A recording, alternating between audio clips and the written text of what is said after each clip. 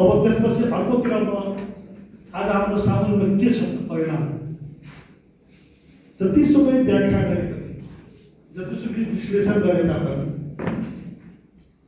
हामीले आजको मितिमा 2007 सालको क्रान्तिको बेलामा एजेन्डा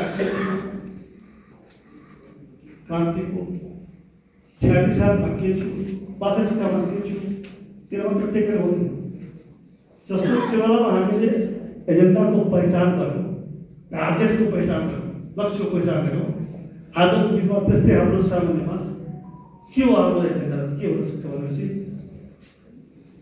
एक मात्र एजेन्डा हो प्रतिनिधि सभालाई हामीले चाहिएको छ संविधानलाई ट्र्याक गरेर पर्छ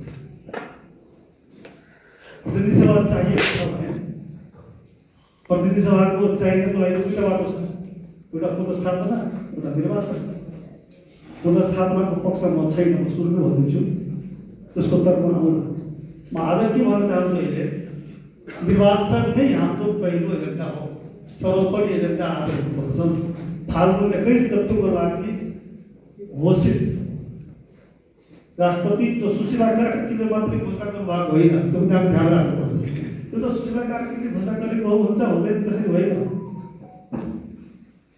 गणतन्त्र प्रणालीको राष्ट्रपतिले तय गरेको बडो जुक्तिको साथ उहाँले आफै भन्नुभएको छ बडो जुक्तिको साथ मैले एउटा समाधान निकालेको छु त यसलाई हामीले उहाँको शब्दावली उहाँको आफ्नो क्षमता कौशलता र बुद्धिमत्तालाई प्रयोग गर्नुको अर्को विषय हो तर राजनीतिक घटनाक्रमलाई हामीले विश्लेषण गर्ने हो भनेदेखि यो अत्यन्तै महत्त्वपूर्ण कुरा हो र हामीलाई नेपाली काङ्ग्रेसलाई यसैले बाटो दिन्छ कार्य दिशा दिन्छ विकास दिन्छ समाधान दिन्छ त्यस कारणले म के निवेदन गर्न चाहन्छु भने फाल्गुन 21 गतेको लागि तोकिएको प्रतिनिधि सभाको निर्वाचनलाई नै हामीले सर्वोपरि एजेन्डा बनाउनुपर्दछ नेपाली काङ्ग्रेसको समयमा अहिले के एजेन्डा हो भनेर सोध्दा के भूमिका नेपाली काङ्ग्रेस सामूहिक एजेन्डा भनेको चाहिँ नेपाली काङ्ग्रेसले आजको मितिमा के भूमिका प्रस्तुत गर्ने हो त्यसको लागि केन्द्रीय कार्य समितिको निर्णय हुनुपर्दछ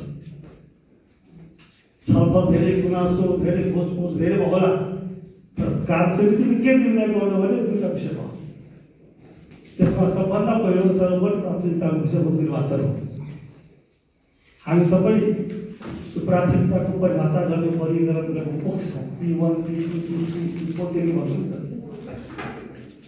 त्यस कारणले सबै यसमा हेर्ने भने सबभन्दा पहिलो प्राथमिकता अझ म भन्छु सर्वोपरि प्राथमिकता हाम्रो देशमा टप फर्स्ट प्रायोरिटी अनुकूल निर्वाचन त्यस कारणले नेपाली काङ्ग्रेसको आजको एजेन्डा समाधानमूलक समाधानलाई उद्देश्यमा राखेर केन्द्रमा राखेर तय गर्नुपर्छ निर्णय गर्नुपर्छ त्यस कारण निर्वाचनमा भाग लिने निर्णय गर्नुपर्दछ एक नेपाली काङ्ग्रेस निर्वाचनमा भाग लिने निर्णय गर्दछ दुई नेपाली काङ्ग्रेस देशभरिका आफ्ना पार्टीका सबै निकाय राजनीतिक सुरक्षित सङ्गठनका सबै निकाय र सबै तहका पदाधिकारी कर्मचारी समर्थक कार्य समितिका सदस्यहरूलाई फाल्गुन 21 गतेको लागि हुने निर्वाचनमा आफ्नो सम्पूर्ण शक्ति एकताको साथ परिचालित गर्नको लागि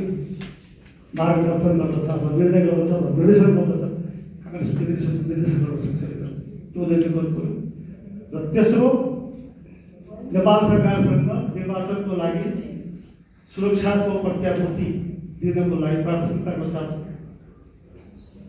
कार्य गरोस् भन्ने माग गर्ने यो तीनटा कुराको पहिलो निर्णय हुनुपर्छ केन्द्रीय कार्य समितिको अहिलेको बैठकमा ढिलो भयो यो धेरै ढिलो भयो अस्ति शेरबहादुरजीले भने जस्तै ढिलो भयो जगन छोडेर भन्दाखेरि म त्यही उदाहरण दोहोऱ्याउन चाहन्छु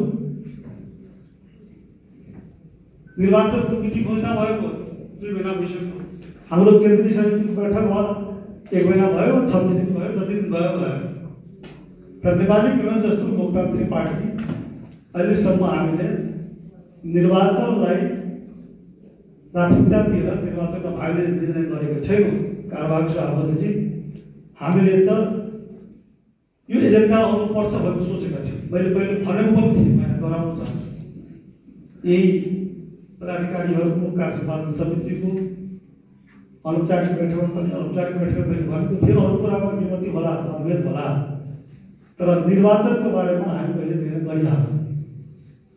2 महिनासम्म त देशभरिको 165 निर्वाचन क्षेत्रका व्यक्तिहरूको कुनै छोड्नु, हामी आफै निर्वाचनको पक्षमा काम गर्न सकिने छैन। हाम्रो शक्ति कहाँ खर्च हो निर्णय गर्नु।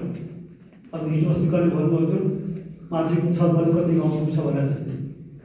त्यस कारण म अहिले पनि कार्यवाहक सभापतिजीलाई म के भन्न चाहन्छु भनेदेखि यो निर्वाचनमा भाग लिने मेरो व्यक्तिगत कुरा भने त्यो बाहेक अरू होला। निर्वाचनको कार्यतालिका आउनु पर्यो, उम्मेदवारको सिफारिसको मिति कहिले हो परिपत्र पठाउनु पर्यो, प्रत्यक्षको लागि र समानुपातिको लागि त्यो यहाँ हामीले सञ्चालन गर्नु पर्यो। त्यसमा पनि उम्मेदवारहरूमा हामीले धेरै कुरा मिलाउनु पर्ने हुन्छ। प्रत्यक्ष निर्वाचनमा पनि तल महिलाको 33% दिनुपर्ने हुन्छ, ठाउँ ठाउँ हेर्नुपर्ने हुन्छ, समानुपातिक पनि क्लस्टर मिलाउनु पर्ने हुन्छ।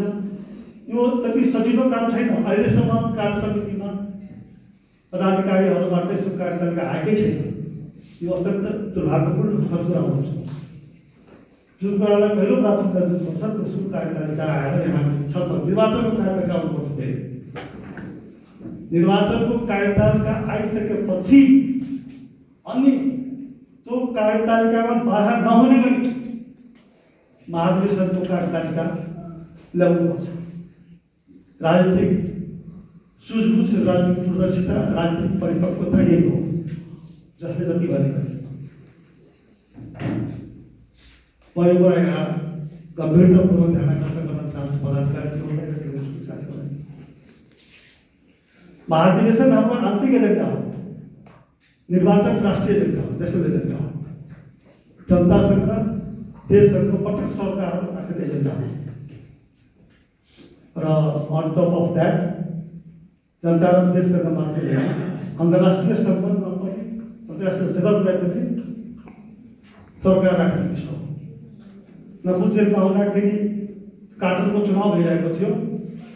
म विद्यार्थीमा आउँदाखेरि रेडियोबाट सुन्यो न्युज आयो नेपाली न्युजमा। एउटा मात्रै नेपाली न्युज भागमा त्यहाँ एकदम मैले सेन्ट्रल कार्टुनले भन्नु थियो त्यो बेलामा मानव अधिकार कुनै पनि देशको आन्तरिक विषय हुँदैन, डेमोक्रेसी छ। मानवाधिकार पहिलेदेखि हो। डेमोक्रेसी अब कुनै पनि देशको आन्तरिक विषय मात्रै भएर हामीले हेर्नु हुँदैन भनेर त्यो बेलामा संसारभरिको तपाईँको डेमोक्रेट्सहरूबाट जोस आएको छ। त्यसैले भन्छु लोकतन्त्र सिस्टम र फर द्याट म्याटर इलेक्सन चाहिँ हाम्रो यी सबैको सरकारको विषय हुँदै हो, अन्तर्राष्ट्रिय जगतको सरकारको विषय हो। त्यसकारण यो सबभन्दा टप प्रायोरिटी हुनुपर्छ भन्ने म साथीहरूलाई सभापतिज्यूहरू कार्यक्रमहरूलाई आग्रह गर्न चाहन्छु।